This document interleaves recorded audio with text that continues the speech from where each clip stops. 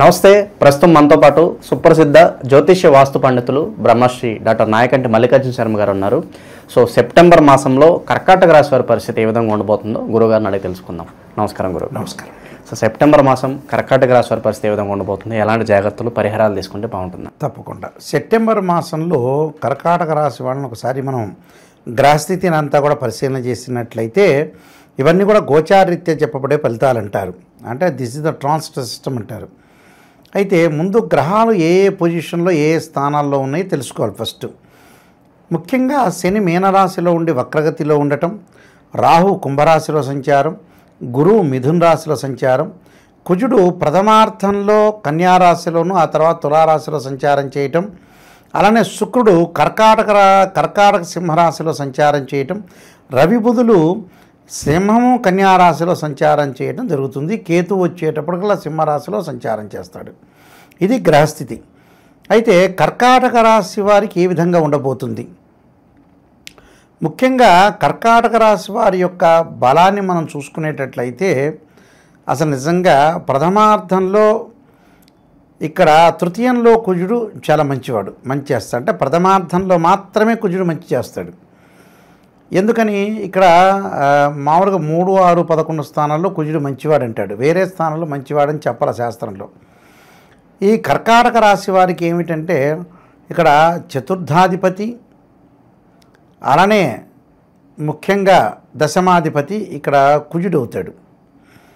అంటే దశమాధిపతి ఇక్కడ ఏదైతే కర్కాటకం, సింహం, కన్యా, తుల, వృశ్చికం అంటే ఈ కుజుడు ఏ విధంగా ఉన్నాడో మనం చూసుకునేటట్టయితే ముఖ్యంగా తృతీయంలో కుజుడు మేలు చేస్తాడు.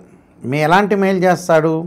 గృహాన్ని ఇస్తాడు, అగ్రికల్చర్ ల్యాండ్ కొనుగోలు చేసిస్తాడు, తర్వాత కెమికల్ కంపెనీస్ పెట్టమంటాడు, ఆదాయం పెరుగుతుందని చెప్తాడు. అంటే కుజుడు తృతీయ స్థానంలో ఉండటం వల్ల కోర్టు సమస్యలు పరిష్కారం అవుతాయి. ప్రథమార్థంలో మాత్రమే. ప్రథమార్థంలో కుజుడు సంబంధించిన భూ వివాదాలు పరిష్కారం కావటం, ఇళ్ళు పరిష్కారం కావటం, అన్ని రకాలుగా పరిష్కారం అవుతాయి. ఎందుకంటే ఇతను పంచమాధిపతి అయ్యాడు,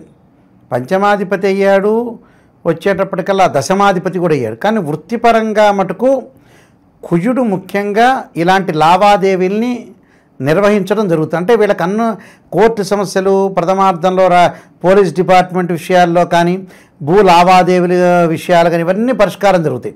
అన్నదమ్ముల మధ్యలో గొడవలు కూడా పరిష్కారం జరుగుతాయి. ద్వితీయార్థంలోకి రాగానే ఏదైనా ఇల్లు కొనాలంటే ఇబ్బందులు అవుతాయి. ఇల్లు కొనే వాళ్ళందరూ ప్రథమార్థంలోనే కొనాలి, కుజుడు బాగున్నాడు కాబట్టి. ద్వితీయార్థంలో కొంటే లావాదేవీల విషయంలో కూడా పెద్ద పెద్ద గొడవలు జరిగే అవకాశాలు ఎక్కువ ఉంటాయి. అది కుజుడి యొక్క తత్వం. నెక్స్ట్ వచ్చేటప్పటికల్లా ఈ రాశి వాళ్ళకు వచ్చేటప్పటికల్లా ఇక మనం ఈ మిగతా గ్రహాన్ని చూసుకునేటట్లయితే తృతీయాధిపతి బుధుడు ద్వితీయంలో ఉన్నాడు, తృతీయంలో ఉన్నాడు. ద్వితీయంలో ఉన్నప్పుడు బాగుంటుంది రవిబుధాదిత్యయోగం.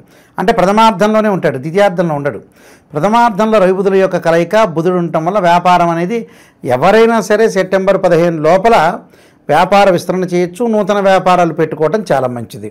ప్రణాళికాబద్ధంగా వెళతారు వీళ్ళు, ఒక ఆలోచన సరళి వెళ్తారు, అందరినీ ఆలోచన చేసి ముందుకు వెళ్ళే అవకాశాలు ఎక్కువ ఉంటాయి. కర్కాటక రాశి వాళ్ళకి ఏమిటి అంటే డిలే చేసే అవకాశాలు ఎక్కువ ఉంటాయి. పోస్ట్ పోన్లో వీళ్ళు నెంబర్ 1 అని అర్థం. పోస్ట్ పోన్ చేయకుండా ఎప్పుడు పని అప్పుడు చేసుకుని ముందుకెళ్తే చాలా మంచిది. బుధగ్రహం వల్ల వ్యాపారపరంగా కొన్ని లావాదేవీలు జరిగే అవకాశాలు ఒకటి ఉంటాయి. ఈ రాశి వారికి వచ్చేటప్పటికల్లా ముఖ్యంగా మిగతా గ్రహాల యొక్క ప్రభావాన్ని మనం చూసుకునేటట్లయితే గురువు వ్యయస్థానంలో ఉన్నాడు. వ్యయస్థానంలో గురువు ఉండటం వల్ల కొంత ఆర్థిక పరంగా ఆదాయ విషయంలో కొద్దిగా లోటు కనిపించే అవకాశాలు ఎక్కువ ఉంటాయి. ఆ లోటును కొంత భర్తీ చేసుకొని ముందుకు వెళ్ళాలి. ఎంతవరకు మితంగా ఎవరితో కూడా డిస్ప్యూట్స్ లేకుండా, ఎవరితోటి కూడా ప్రాబ్లం లేకుండా ఉండటం చాలా మంచిది. ఎందుకంటే ఈ రాశి వారికి వచ్చేటప్పటికల్లా షష్టమాధిపతి దశమాధిపతి ఇక్కడ గురువు అయ్యాడు. అంటే కర్కాటక రాశి వాళ్ళకి ఏంటంటే 12, 11, 10 అంటే భాగ్యాధిపతి గురువు అయ్యాడు, అలానే షష్టమాధిపతి అయ్యాడు. షష్టమాధిపతి భాగ్యాధిపతి కావటం వల్ల ఏంటంటే కొంత వృత్తిపరంగా అనుకూలంగా ఉన్నా కొద్దిగా జాగ్రత్తగా లావాదేవీల విషయంలో కొంత జాగ్రత్తగా ఉండాలి. 12వ స్థానంలో ఉన్నాం. ఎవరికైనా ట్రాన్సాక్షన్ చేసే విధానంలో కానీ, డబ్బులు ఇచ్చే విధానంలో కానీ ఆచితూచి అడుగు వేసుకొని ముందుకు వెళ్ళాలి. అది గురుగ్రహం యొక్క ఫలితం. ఆయన భాగ్యస్థానంలో శని వక్రస్థితిలోకి వచ్చాడు. వక్రస్థితిలోకి రాగానే హెల్త్ పరంగా జాగ్రత్త ఉండాలి. అంటే దీర్ఘకాలిక వ్యాధులు వాళ్ళు కానీ ప్రయాణాలు చేసేటప్పుడు కానీ, ఎందుకంటే ఇక్కడ ఈ అష్టమంలో రాహువు కూడా ఉన్నాడు కాబట్టి దీర్ఘకాలిక వ్యాధుల విషయంలో కానీ ఆరోగ్యపరంగా హెల్త్ పాయింట్ ఆఫ్ వ్యూలో జాగ్రత్త ఉండాలి. అలానే విదేశాలకు వెళ్ళే అవకాశాలు అయితే ఉన్నాయి, కానీ లేట్ అయ్యే అవకాశం ఎక్కువ ఉంటుంది. జరుగుతుంది కానీ బట్ లేట్ అయ్యే అవకాశాలు ఉంటాయి. అందువల్ల ఆరోగ్యపరంగా ఇబ్బందులు లేకుండా చూసుకోవాలి. మరి శుక్రగ్రహాన్ని దగ్గరికి వస్తే శుక్రగ్రహము జన్మరాశిలో ఉంటాడు, అలానే ద్వితీయంలో ఉంటాడు. అంటే లాభాధిపతి అయిన శుక్రుడు జన్మంలో ద్వితీయంలో ఉండటం మంచిదే. అంటే ఎందుకంటే శుక్రుడు చతుర్థాధిపతి కూడా అయ్యాడు కాబట్టి ఒక రకంగా శుక్రుడు మేలు చేస్తాడని చెప్పుకోవచ్చు. శుక్రుడు ఎలాంటి మేలు చేస్తాడు? వివాహ ప్రయత్నాలు సఫలీకృతం కావటం, శుభ కార్యక్రమాలు నిర్వహణ చేయటం, అందరితో బంధువులతో సఖ్యతగా ఉండటం, గతంలో ఏదైతే బంధువులతో డిస్ప్యూట్స్ ఉన్నారో అవన్నీ కూడా కలిసి వచ్చే అవకాశాలు ఉంటాయి. ఆ డిస్ప్యూట్స్ అన్నీ పోయి అందరితోటి స్నేహపూర్వకమైన వాతావరణంలో ఉండే అవకాశాలు ఎక్కువ ఉంటాయి. శుక్రగ్రహం వల్ల వాహనాలు కొనుగోలు చేయటం, బట్టలు కొనుగోలు చేసే అవకాశాలు ఎక్కువ ఉంటాయి. అంటే దుస్తులు ఏదైతే ఉంటే అవన్నీ కూడా లగ్జరీగా ఉండాలని ఒక ఆలోచన, ఒక ప్రణాళికాబద్ధంగా ఉండే అవకాశం శుక్రుడి వల్ల లభిస్తుంది వీళ్ళకి.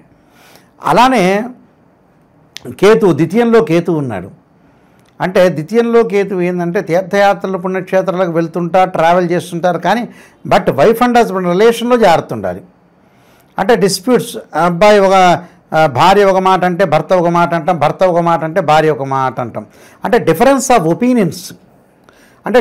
ఆఫ్ ఒపీనియన్స్ లేకుండా ఎప్పుడు కూడా ఒక బాండింగ్తో ముందుకు వెళ్ళాలి. ఎందుకంటే మన వాళ్ళకి ఏమిటంటే పునరపి జననం పునరపి మరణం ఉంది, మనం ఎప్పుడైనా చనిపోయేదనే ఆలోచన అప్పుడప్పుడు కలగదు. ప్రతిరోజు కలగకపోయినా అప్పుడప్పుడు కలగాలి. కలిగిన తర్వాత ఏమవుతుందనంటే మరీ పూర్తి కలగకూడదు. మరీ పూర్తి కలిగితే ఏమవుతుందంటే ఏం పని చేయకుండా ఉంటాడు. అప్పుడప్పుడు ఉండాలి, కలగాలి. మన జీవితం ఏదో లాంగ్ రన్లో మనం భార్యాభర్తలు సర్దుబాటు చేసుకోవాలి, అన్నదమ్ములు సర్దుబాటు చేసుకోవాలనే పాయింట్ ఆఫ్ వ్యూ రావాలి వాళ్ళకి. జనాల్లో ఏంటంటే పాయింట్ ఆఫ్ వ్యూ అనేది ఎక్కడెక్కడ ఏ గ్రహాలు నెగిటివ్ ఉన్నాయి ఆ నెగిటివ్ను పాజిటివ్ చేసుకోవటం ఎలాగా అనే విషయాన్ని ఆలోచన చేయాలి. ఇది ఫెయిల్ కాకూడదు మనిషి. ఇది ఫెయిల్ అయ్యాడంటే జీవితాంతం ఫెయిలే. చాలామంది కూడా ఆలోచన చేస్తుంటారు, గురువుగారు గోచారిత్య గ్రహాలు చెబుతున్నారు, మాకు కొంతమంది బాగుందంటారు, కొంతమంది బాగలేదని అంటారు. ఎందుకంటే జన్మజాతకం అనేది చాలా ఇంపార్టెంట్ అండి, రోల్ ప్లే చేస్తుంది. గోచారం అనేది 20% ఎందుకు గురువుగారు అంటే అడిగేవాళ్ళు కూడా కొంతమంది ఉంటారు. 20% ఎందుకంటే మనం ఎంత కృషి చేసినా నేను ఇందా చెప్పినట్టుగా ఆవగిందంత అదృష్టం ఉండాలి. ఆవగిందంత అదృష్టం చాలామంది ప్రముఖులకు వచ్చారు.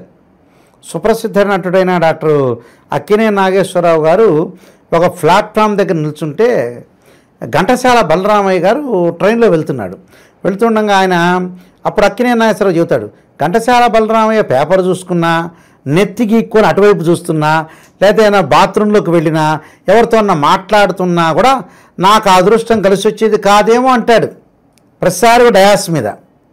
మరి అంత పెద్ద నటుడు, సుప్రసిద్ధ నటుడు కావాలంటే ఆవగిందంత అదృష్టం అనేది ఒకటి ఉంది. ఎందుకంటే ఘంటసాల బలరామయ్య పేపర్ చూడాలి ఆ టైంలో. ఈ పిల్లగాడిని చిన్న అబ్బాయిని చూశాడు, అక్కినేని నాగేశ్వరరావుని చూడంగానే ఈ అబ్బాయి పనికి వస్తాడు అనుకున్నాడు. అలాగా అక్కడ ఆవగిందంత అదృష్టం వచ్చింది. వితిన్ సెకండ్లో మారిపోతుంది జీవితం. వితిన్ సెకండ్లో గొడవ పడేవాడు ఉన్నాడు, వితిన్ సెకండ్లో మన కారు గుద్దేవాడు ఉన్నాడు, బండి గుద్దేవాడు ఉన్నాడు. మన సైకలాజికల్గా డిజార్డర్ కావడానికి కూడా వితిన్ సెకండే చాలు. ఆ సెకండ్లో కూడా అదృష్టం రావచ్చు. అందువల్లే గోచారాన్ని చూడమంటాడు. కానీ అదే అనుకోరు, బర్త్ చార్ట్ అనేది చాలా ఇంపార్టెంట్. చాలామంది కూడా మనకంటే చేసేది ఏంటంటే డబ్బులు రాశి ఫలాల్లో చెప్పినప్పుడు డబ్బుల విషయంలో ఆలోచన చేసినప్పుడు దేనికి ఖర్చు పెట్టాలో దానికి ఖర్చు పెట్టరండి. దుబారా ఖర్చు టోటల్ ఫెయిల్ అవుతారు. ఇప్పుడు మా దగ్గరికి వచ్చేవాళ్ళు మేము చాలామంది చూస్తుంటాం. వాళ్ళు ఏం చేస్తారంటే ఎగ్జాంపుల్, ఒక అబ్బాయి పెళ్లి కావాలి, ఆ అబ్బాయి పెళ్లి కావాలంటే మ్యారేజ్ బ్యూరోలో 10,000 అడిగారు. 10,000 ఎందుకులే అంటాడు, ₹1,00,000 పెట్టి సెల్ ఫోన్ కొంటాడు. ఆ అబ్బాయి జాబ్ చేస్తుంటాడు, వీళ్ళ దగ్గర డబ్బులు ఉంటాయి.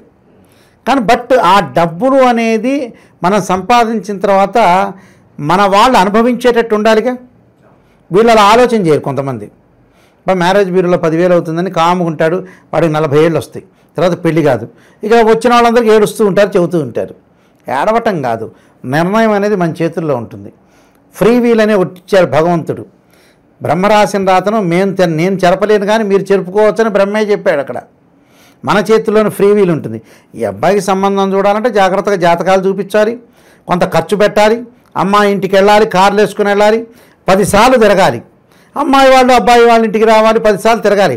వాళ్ళకి మనం సంపాదించే డబ్బుని యూటిలైజ్ చేయాలంటే సంతానం అనేది ఉండాలి. సంతానం సంపదప్రదం, సింపుల్ ఈక్వేషన్. చాలామంది అలా చేయరు. ఇప్పుడు మ్యారేజ్ బ్యూరో 10,000 అడుగుతున్నారు, ఎందుకబ్బా శాంసంగ్ 4 లక్షల రూపాయలు పెట్టుకుంటే చాలే అని అనుకుంటాడు. ఒక 15 లక్షలు పెట్టి కారు కొందామని ఈ ఆలోచనలు వస్తాయి లగ్జరీగా. అబ్బా మేము ఎక్స్కర్షన్ వెళ్దాం, తీర్థయాత్రలకు వెళ్దాం, ఇక్కడ ఉండే విషయాలు జరగవు, వేరే వాటి మీద వ్యాపకాలు ఎక్కువ ఉంటాయి. అందువల్ల ఇవన్నీ ఎలా ఏర్పడతాయంటే వాళ్ళకి గ్రహాల యొక్క స్థితి వల్ల మందబుద్ధి ఏర్పడుతుంది. అంటే ఆలోచన సరళి కరెక్ట్గా ఉండదు, ఎంబట విత్తిన్లో నిర్ణయం తీసుకోలేరట.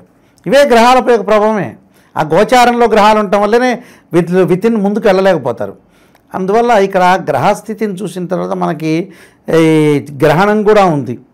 గ్రహణం కూడా కుంభరాశిలో ఉంటుంది. అంటే 7వ తారీఖు నైట్ 9 గంటల నుంచి ప్రారంభమై దాదాపుగా 8వ తారీఖు 2 గంటల వరకు ఉంటుంది ఈ గ్రహణం. అంటే లోనార్ ఎక్లిప్స్, పూర్వభాద్ర నక్షత్రం కుంభరాశిలో వస్తుంది. కొద్దిగా వీళ్ళ మీద ప్రభావం అనేది మధ్య రకంగా ఉంటుంది, అంత ఆందోళన చెందాల్సిన పని లేదు. కానీ బట్ గ్రహాల యొక్క ప్రభావం అనేది ఎప్పుడైతే మనం రాసి అనుకుంటున్నాం వాళ్ళ మీద ప్రభావం ఉంటుందిగా, కొద్ది జాగ్రత్తగా ఆరోగ్యపరంగా ఈ ద్వితీయార్థంలో కోర్టు సమస్యలు రాకుండా ఉద్యోగపరంగా కొన్ని ప్రత్యేకంగా మనం పరిహారాలు చేసుకొని ముందుకెళ్తే సరిపోతుంది. ఎలాంటి పరిహారాలు బాగా కలిసి వస్తాయి అంటారు గురుగారు?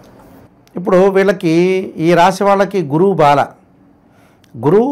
బాగలేదు కాబట్టి దత్తాత్రేయ స్వామి కవచం దత్త పారాయణం చేసుకోవటం, దేవానాంచ ఋషీనాంచ గురుకాంచన సన్నిభం బుద్ధిమతం త్రిలోకేశం తం నమామిం బృహస్పతి అనే మంత్రాన్ని చక్కగా చదువుకోవాలి.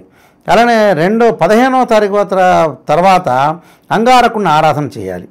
కుజుణ్ణి అంటే సుబ్రహ్మణ్య స్వామి యొక్క ప్రదర్శనాలు చేయడం చాలా మంచిది. దాని తర్వాత వీళ్ళు చేయాల్సింది ఈ నెలలో విష్ణు సహస్రనామం పారాయణం ఒకటి. ఆరోగ్యం అనేది మరింత ఇంకా బాగా అనుకూలంగా ఉండాలంటే సోమవారం ఓం నమః శివాయ పంచాక్షరి చేయాలి. ఖచ్చితంగా ఓం నమః శివాయ పంచాక్షరి చేయటం ఒకటి. నువ్వుల దానం, నల్ల నువ్వుల దానం, నల్ల వస్త్రము, నల్ల మేకు దానం చేయాలి. నల్లని గొడుగు, నల్లని చెప్పులు దానం చేయటం చాలా మంచిది. ఏదైతే గ్రహస్థితి అనేది మనకు నెగిటివ్ ఉందో దాన్ని పాజిటివ్ చెప్పించుకునే వ్యక్తే మొనగాడు, వాడే ఊరికి మొనగాడు. ఎక్కడైతే లోపం ఉంటుంది ఆ లోపాన్ని సవరణ చేసిన వాడు స్థితప్రజ్ఞుడు అంటాడు, ధన్యజీవి అంటాడు. ఏదైతే మేము లోపాలను మనం చెబుతున్నా ఆ లోపాలను సవరణ చేసుకొని ముందుకెళ్ళాలి, అప్పుడు నెంబర్ 1 సూపర్ స్టార్ అవుతాడు. ఓకే. సో ఓవరాల్గా ఈ రాశి వాళ్ళందరికీ ఈ సెప్టెంబర్ మాసం ఏ విధంగా ఉండబోతుందో అద్భుతంగా వివరించారు. ధన్యవాదాలు. నమస్కారం.